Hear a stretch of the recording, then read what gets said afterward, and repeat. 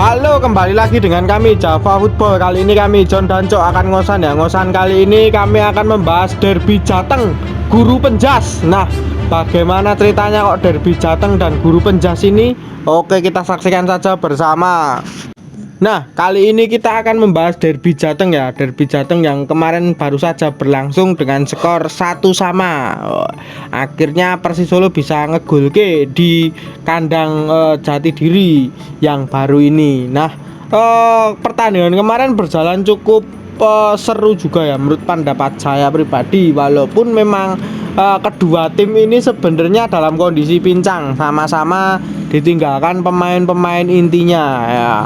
Ya menurut pendapat saya harusnya sih PSIS bisa unggul ya, tapi kan itu faktornya banyak ya. Kenapa bisa imbang? Sebenarnya peluang juga banyak terjadi di Semarang, tapi mungkin karena faktor kurang keberuntungan atau gimana saya juga kurang tahu. Nah, kenapa saya menyebutkan di judul ini adalah Guru Penjas? Nah, Guru Penjas ini seperti apa ya, kata-kata hinaan atau seperti kata-kata jokes dari netizen-netizen di media sosial yang saat ini sedang ramai. Nah, kenapa kok bisa dikatakan Guru Penjas ya? Karena kedua pelatih ini, klub ini sebenarnya kurang mumpuni. Yang satu cuman caretaker, pelatih pengganti. Nah, itu kan masih wajar ya, tapi kalau di Persis Solo ini sebenarnya pelatih utama. Nah, pelatih utama yaitu Leonardo Medina. Kenapa saya lebih mengkritisi ini? Karena memang dia ini sebenarnya asing, tapi serasa pelatih biasa-biasa aja, atau mungkin karena memang dia ini ya CV-nya cuma biasa-biasa aja. Yang pernah dulu kita bahas ya, karena mungkin CV pelatih itu sangat penting sekali. Nah, kabar yang saya dengar, mendapat kabar kemarin juga PSIS juga sempat deal dengan pelatih baru mereka. Saya ketika melihat CV dari pelatih PSIS yang baru ini, walah, ini kok sama seperti halnya Persis Solo saat ini. Apakah akan meniru Persis Solo, Guru Penjas? Nah, seperti itu. Ya, kita bisa lihat ya pertandingan-pertandingan sebelum-sebelumnya itu seperti Dewa lawan PSS kemarin. Ini pelatihnya kan top ya, Dewa United ini mantan pelatih Galatasaray. Lalu ada Bernardo Tavares dari PSM Makassar. Ini kan pelatih-pelatih top ya dulunya. Lalu ada Thomas Doll di Persija. Lah, kenapa ya Semarang, Solo ini kan kenapa nggak meniru seperti itu gitu loh? Maksudnya kan sekarang Indonesia ini kan sudah mulai tren dengan pelatih-pelatih dengan apa ya, CV bagus, mentereng dan top-top. Ya walaupun saya bisa apa ya, mendapat medianya itu terlalu dilebih-lebihkan. Wah, lisensinya UEFA Pro. Wah, itu menurut pendapat saya cuman ya wong dilebih-lebihkan jadinya seperti itu ya. Kita cuma belum tahu ya nantinya akan seperti apa. Ya seperti kucing dalam karung aja. Nanti kalau beruntung ya dapat bagus, tapi kalau nggak beruntung ya memang kualitasnya memang seperti itu. Soalnya CV-nya juga nggak bagus. Kita kembali mengkritik ke Persis Solo lagi. Nah, ini kan juga sama halnya sebenarnya. Pertandingan kemarin walaupun memang Persis Solo berhasil mengimbangi PSIS Semarang, tapi Persis Solo juga gak main bagus, juga gak main cantik, ataupun malah justru seperti halnya keberuntungan aja karena faktor bejo Persis Solo sendiri. Nah, kalau saya boleh mengkritisi ini sebenarnya sih Persis Solo ini punya potensi banyak sekali ya. Di sisi lain juniornya ini juga banyak berkembang. Persis Solo ini punya Persis Junior yang cukup bagus, yang saat ini mungkin sudah dipanggil timnas junior ini ya. Seperti ada backnya itu Marcel Januar, itu backnya Persis. Lalu ada Arkan Kakak, lalu ada Hugo Samir yang kemarin juga bermain bagus di timnas.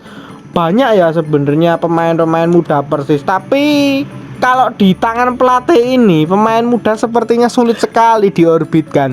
Atau mungkin gimana ya, pelatih ini tuh seperti halnya ya, kalau saya boleh bilang sih memang bener kalau kata netizen, pelatih penjas. Nah, menurut pendapatmu gimana nih Cuk tentang Derby Jateng ini?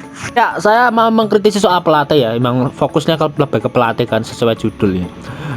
sudah kita duga, sudah kita ingatkan, atau sudah kita prediksi dari awal ketika peresmian Medina bahwa sangat simpel sih kita lihat dari CV-nya, pengalamannya. Karena pelatih itu bisa berkualitas itu karena memang jam terbangnya.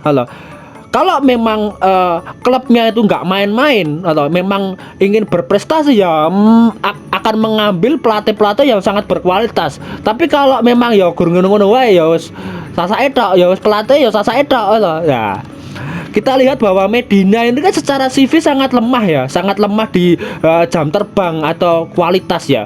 Cobalah bandingkan seperti yang John tadi omongan, seperti Thomas Doll itu mantan pelatih Borussia Dortmund, terus John Oldham Rekering pelatih Dewa United itu mantan pelatih Galatasaray, terus Persib itu Luis Milla itu mantan pelatih tim nasional Spanyol U20 dan juara Euro U20 dan juga mantan pelatih timnas Indonesia. Terus Bernardo Tavares itu juga mantan staf FC Porto. Itu luar biasa ini, bener-bener klub-klub itu nggak main-main dalam merekrut pelatih. Nah pertanyaannya gini, Persis Solo ini sebenarnya sangat mampu untuk merekrut pelatih-pelatih top-top di dunia. Tapi ya kembali lagi memang target manajemen sendiri itu bagaimana.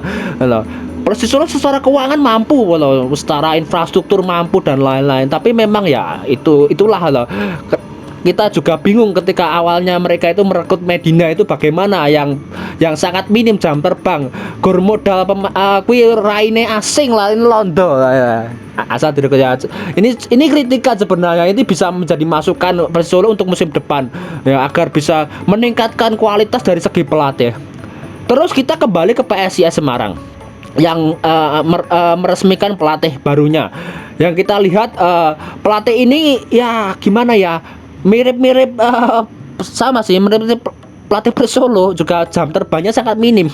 Dia hanya melatih klub-klub dari Malta. Sedangkan Malta tim nasional dan dia juga melatih tim nasional Malta, tapi Malta sendiri walaupun Eropa tapi rankingnya saja dengan Indonesia lebih tinggi Indonesia loh ya. Malta itu cuma 167 kalau nggak salah, dan Indonesia 151 apa 152 loh. Ini jelas-jelas secara ranking negara aja lebih tinggi Indonesia lah.